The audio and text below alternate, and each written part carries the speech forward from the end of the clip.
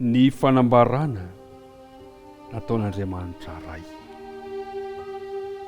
ilay faratampo ny fankalazana. Izany indray no anasako anao ampitiavana, ary raha mety aza dia mba asao ihany koa ny ankohonana andinika izao loha hevitra izao amin'ity maraina ity.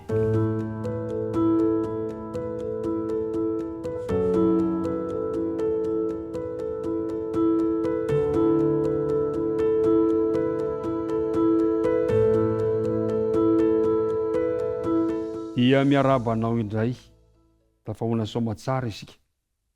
Mino fa samy salama.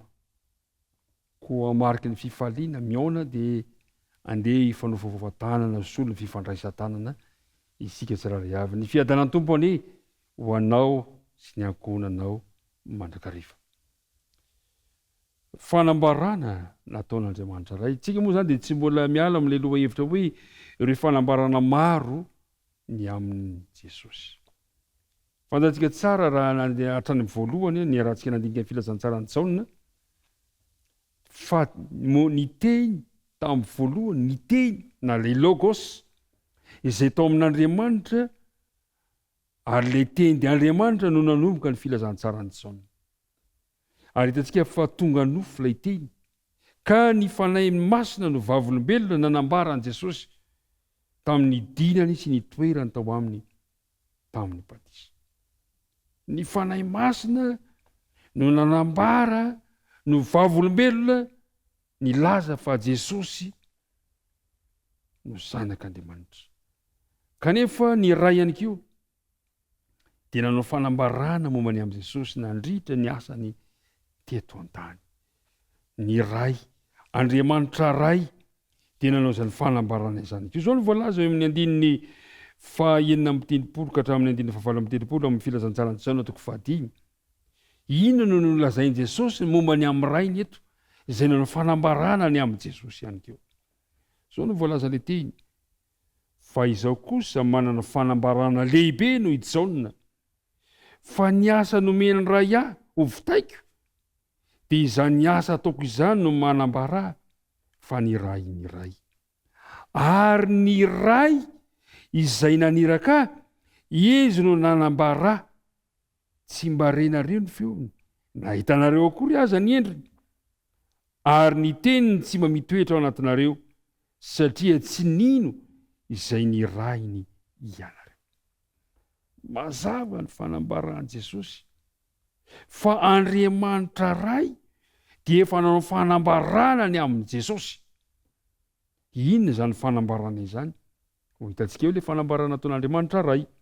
Fa nolazain'i Jesosy eto izany dia izao hoe ampifandraisin'i Jesosy amin'ny ray ny asa sy ny fahagagana izay nataony. Izany hoe mandritra ny asa izay nataon'i Jesosy zany dia tsy nisaraka tamin'ny ray mihitsy izy.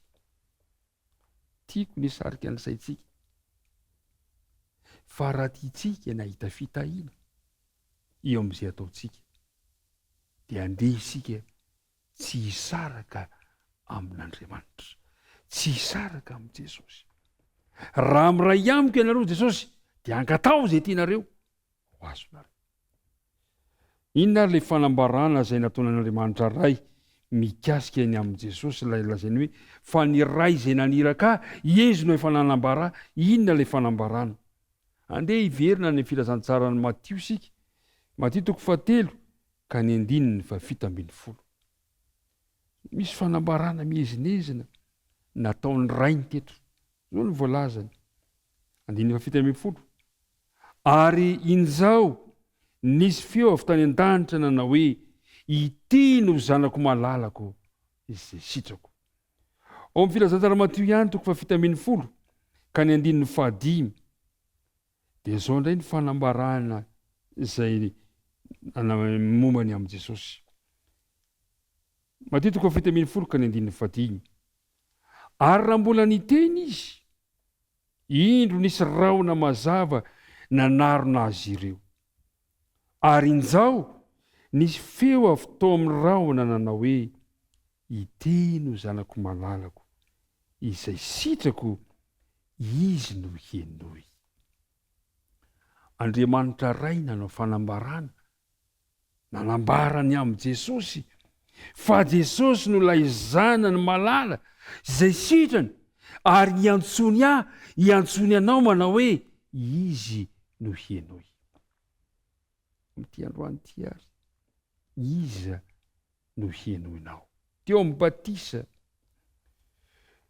batisa dia nakeo amin'ilay zanaka ny ray sy ny fanahy masina.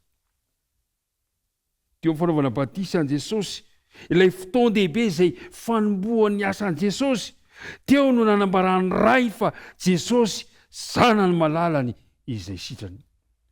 Ary namako, eo amin'ny fotoana izay aneken'ny olona ny batisa an' Jesosy ihany koa ka hanaovany batisa, dia eo koa manambara Andriamanitra fa ianao koa dia zanany malalany izay sitrany. Ko raha toa ka mbola tsy vita amin'izany batisa toy nanaovana batisa an' Jesosy zany ianao, dia atolotra ho anao ny antso raha tianao ny hotonoana ny rainy manao hoe ianao koa dia zanany malalany.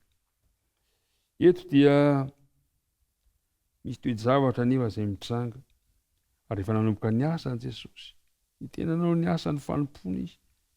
Fa rehefa faraparany asa nataon'i Jesosy dia nampanano sarotra ny toe-javatra nitranga, satria naniry afaty azy ireo mpitondra fivavahana. Feno fangidina, feno fankalana izy ireo. Kanefa naizana zany azy. Ny vahoaka maro izay nentany fanagagana ataon'i Jesosy kosa nefa dia nanana hafanapo betsaka ny resaka momba ny amin'i Jesosy. Indrindra moa rehefa reny ny fanambarana izay nahitany nananganana ny Lazarosy tamin'ny maty, dia vao maika ny amaro ny olona izay nanaraka an'i Jesosy. Eny fa na dia ireo Grika tonga tamin'ny andro firavoravoana azy, dia mba naniry ihany koa ahita an'i Jesosy.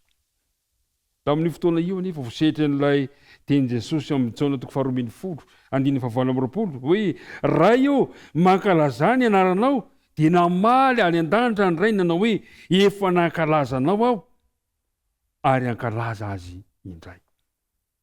Tsy misaraka mihitsy amin'ny toe-javatra mitranga rehetra Jesosy, ilay Andriamanitra zanaka sy ilay Andriamanitra rainy, tsy misaraka, za mankalaza.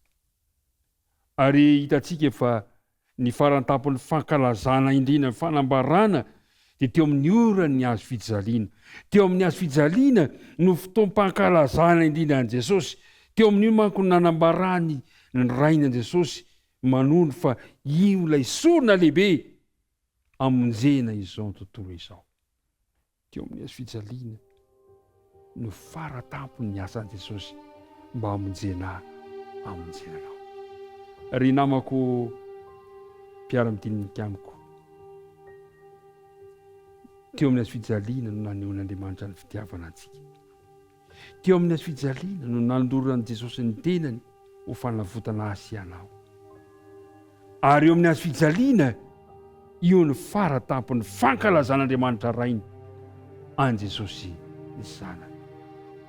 Koa ny nahafatesana ho antsika no nandoavany manontolo ny onitra noho ny fahotantsika rehetrarehetra. Nalohan'i Jesosy teo amin'ny hazo fijaliana ny onitra izay tokony alohantsika noho ny fahotana izay misy eo amintsika tsirairay avy.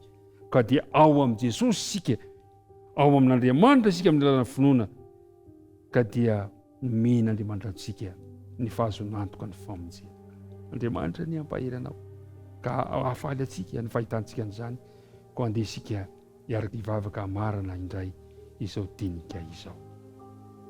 Andriamanitra rainay izay any an-danitro, misotranao izahay fa nampafantarinao anay teto androany ny fanambarana mihezinezina nataonao ny amin'ny Jesosy hoe ity no zanako malalako izay sitrako. Teo amin'ny rano batisa no nanehoanao an'izany fanambarana izany, ary izahay koa raha manaiky eo amin'ny rano batisa dia tsy misalasalako ianao manambara aminay fa izahay no zanaka malalanao.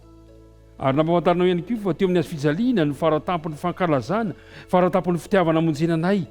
Andriamanitra misotranao izahay fa maty Jesosy ho famonjena ny tsirairay avy aminay.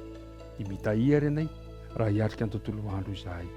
Aoka fampahirizana ho anay ny fahafantarana fa efanalohanao ny ondry ny fahotanay.